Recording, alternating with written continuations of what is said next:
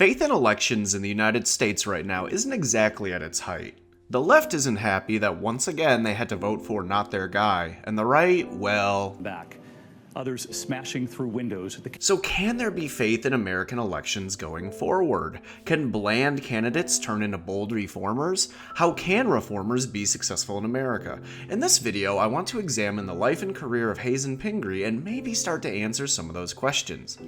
Hazen Pingree was the former mayor of Detroit and governor of Michigan and had quite the impact while in office. At his funeral in 1901, the Detroit Free Press reported that thousands and thousands poured through the corridor for one they had remembered for what he had done in their interests. These weren't just rich cronies and high society types, but rather, the majority of the great mass were plain, ordinary citizens, women and men, and the paper went on to call him their common friend and leader. Pingree's progressive reforms were influential enough that mayors from around the country and even Canada came to speak with him and to try and learn his secrets. Alexandra, Lough, speaking about his time in Detroit, states that he lowered the cost of vital public utilities, including gas, lighting, water, and transit, modernized the city's sewage system, and rooted out corruption and dishonesty in municipal government.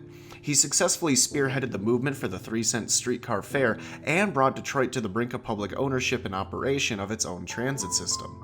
The strange thing is, Pingree didn't enter politics as a radical reformer, but throughout his career, he pushed for increased municipal control of utilities and pushed for increased taxes on landowners and the wealthy.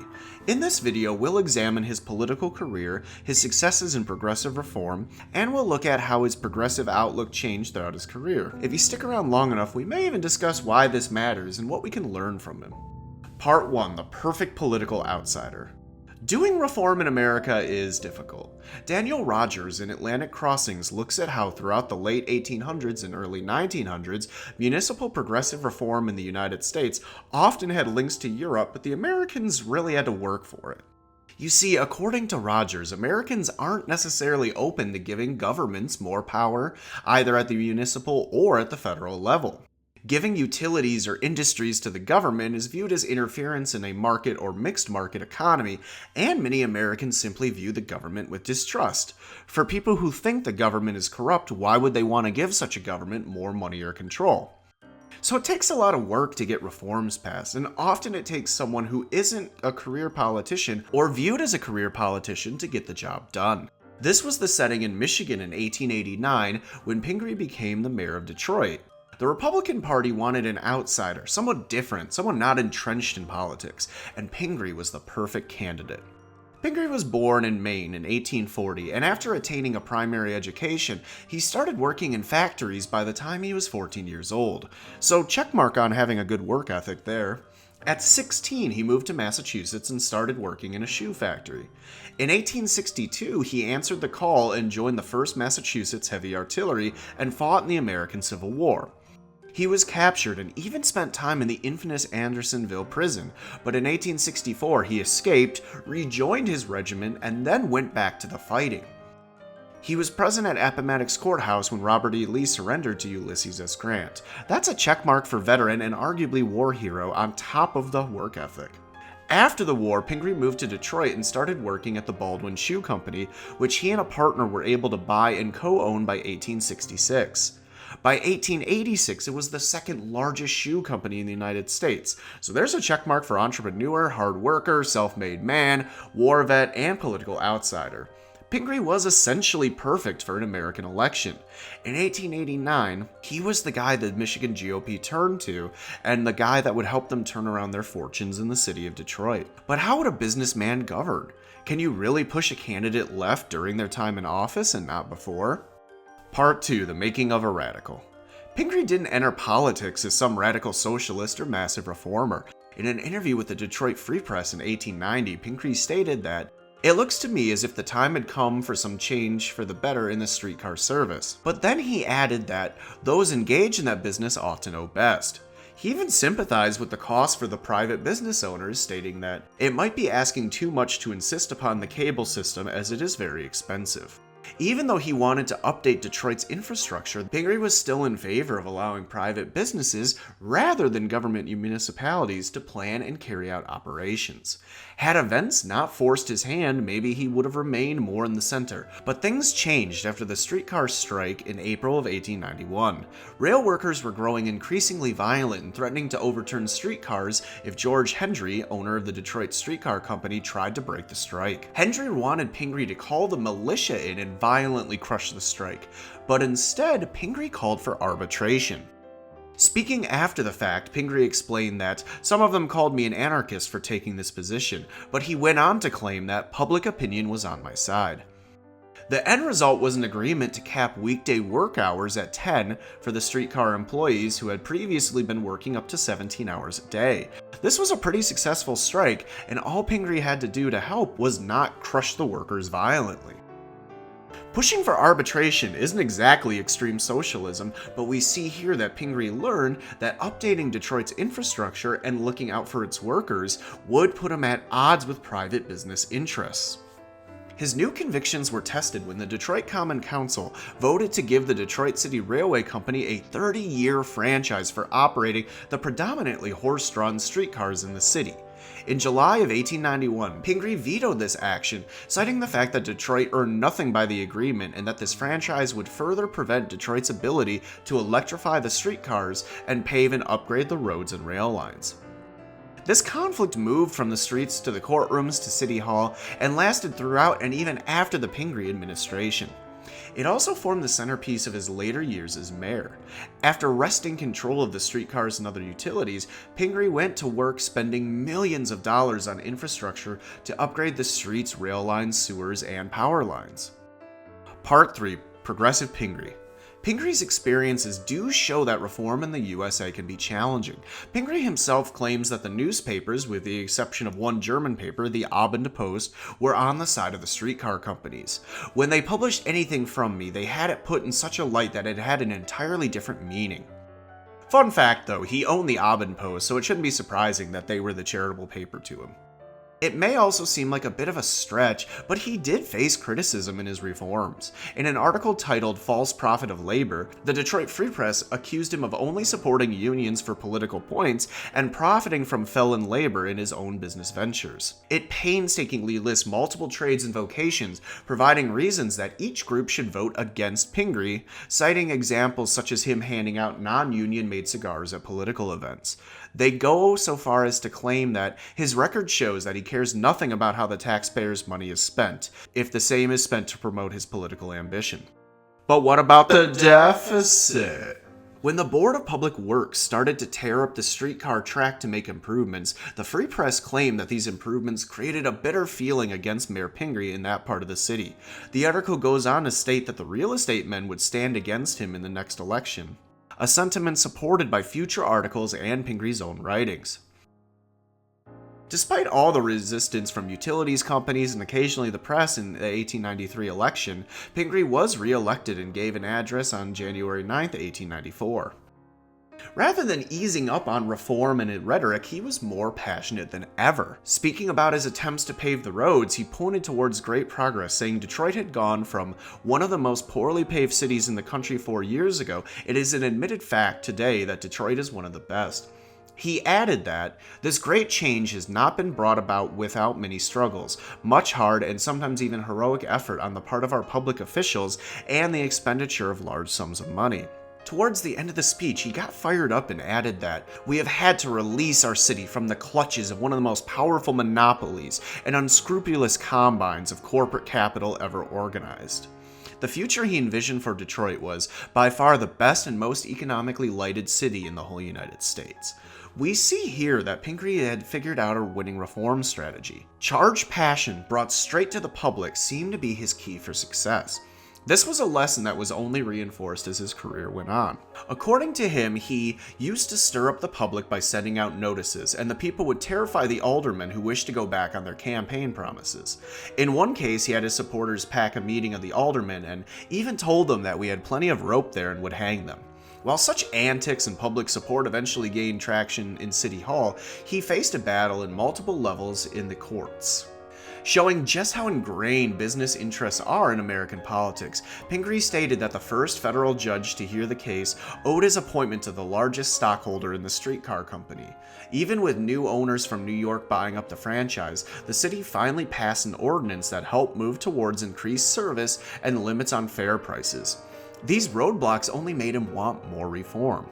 He said in 1897 that he urged the adoption of the policy of furnishing free water and having the cost of the waterworks, like the cost of the streets and parks, paid for by general taxation instead of by the taxation of the homes and factories using the water. Pingree elaborated his want for equal water taxes with, "The time is coming when municipal monopolies will be owned by the people."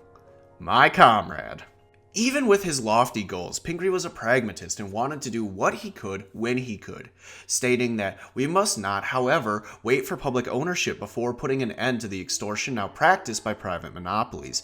We must compel the corporations exercising public franchises to furnish their services at the reasonable rates contemplated in their charters. This laid out his blueprint for incremental reform, namely using vetoes over unfavorable franchises of public utilities. While he wanted to completely strip businesses of their control of utilities by this point, in 1897 he knew that it might not be entirely possible. He did make gains and is one of the more successful progressive leaders because he worked within the system he had to get things done whenever possible. Maybe electoralism and incremental reforms can work. Part 4. Pingree and the Public. Not satisfying himself with reform in Detroit alone, Pingree ran for governor in the November 1896 election. He reflected on being a reformer in 1900, speaking to a crowd in Chicago, and declared that the results of government ownership have proved so satisfactory to the people that there has been absolutely no demand for return to private ownership. He warned, speaking from personal experience, that such reforms will prompt accusations of being called a populist. If that does not answer the purpose, a reformer will be spoken of as a socialist or an anarchist, or still the cheaper and more vulgar form of attack, demagogue. Pingree was clearly drawing on his many battles with the newspapers, courts, and business interests in passing reforms that he claims lowered costs and improved the quality for the citizens of Detroit. This rhetoric really connected with the people. In the 1896 election, Pingree actually gained more votes than presidential candidate McKinley. A gubernatorial candidate carried a state for a president, not the other way around. McKinley rode Pingree's coattails. Fun fact, Pingree tried to be mayor of Detroit still while being the governor of Michigan until the state Supreme Court shot him down. I guess they decided he shouldn't be the emperor of Michigan. Despite that, Pingree was fired up post-election, and he wanted to change the taxation system for all of Michigan by this point.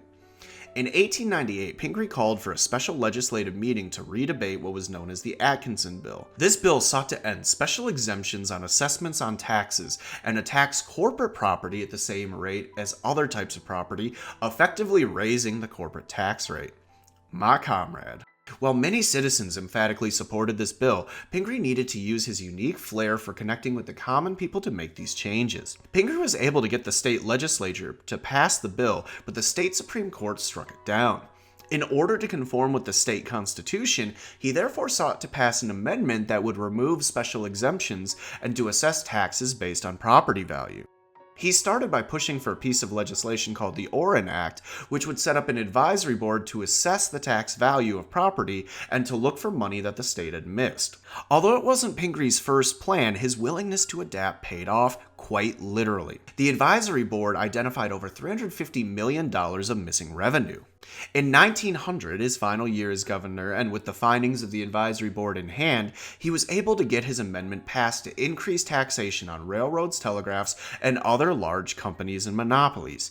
In the state of Michigan, state constitutional amendments are done by popular referendum. While he was unsuccessful in the courts and normal organs of the government, this popular appeal circumvented the obstacles he faced in passing the sweeping tax reform. He used his advisory board to show the public how much money the taxpayers were missing out on under the pre-amendment tax structure, and many of the taxpayers responded with great enthusiasm. A collection of letters sent to Pingree from citizens gathering petitions illustrated just how much of a connection people felt, not just to his rhetoric, but to his force of personality. Perry Ostrander from Grayling felt the need to reach out and encourage Pingree, adding to his petition data that all paths leading towards reform are strewn with thorns, but I see you are bound to go through.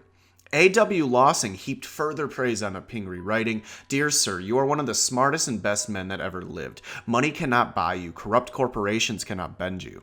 It's clear that while Lansing was anti-corporate and pro-reform, he also felt some sort of kinship to Pingree and viewed both of them as comrades with a common cause. C.H. Freeman called Pingree the people's friend, while endorsing equal taxation as a policy. G.O.B. Horton also paired Pingree to the legislation itself, thanking Pingree for the determined stand you are taking in the matter of bringing certain corporations in line. F.C. Donald acknowledged the role of one forceful man in politics, hoping that your intervention would be most influential with Congress and materially advance and promote the cause of good morals as well. J.H. Karki placed Pingree at the center of the reform, declaring, "I heartily approve and commend you in your efforts for just taxation." His force of personality and appeals to the public were unusually successful for these times. By his death in 1901, Detroit had publicly controlled lights and water, much more tightly regulated and updated streetcars with fare limits, and the entire state of Michigan had a new constitutional amendment that recovered millions of tax revenue controlled by the businesses and monopolies against which Pingree frequently spoke. Later historians have also acknowledged his passions and his success. In the 30-Year War, A History of Detroit's Streetcars, 1892 to 1922, Neil Lehto sets Pingree apart from typical politicians, arguing that he actually tried to do what he promised. In his 1969 work, Reform in Detroit, Hazen S, Pingree, and Urban Politics, Melvin Holli argues that Pingree wasn't just any old reformer, but rather a social reformer who was more concerned about the welfare of the common people. His evidence of this is Pingree's effort to evenly distribute taxes, his work in food relief programs, and his attempts to make utilities in Detroit public. Overall, Pingree was a progressive pioneer and will go down in history not just for his reforms, but how he related to the common people. Part 5. Electoralism and the Power of Populism. So what's the path to being a progressive in the US? Going by Pingree's example, being an outsider is a good place to start. Lord knows entrenched politicians aren't exactly popular, but what about a bartender, or a refugee, or a nurse? Even if reformers aren't as progressive as some people want, Pingree shows that people can change and that people can get more radical while in office. Do I think this means that Joe Biden will become the next Bernie Sanders? Probably not. But I do think that progressives in the House might have some success trying to push him to do reforms, so maybe? We're seeing talk of a minimum wage increase or at least some form of student debt relief. It's not impossible. As far as messaging, Pingree shows that going to the people is really effective.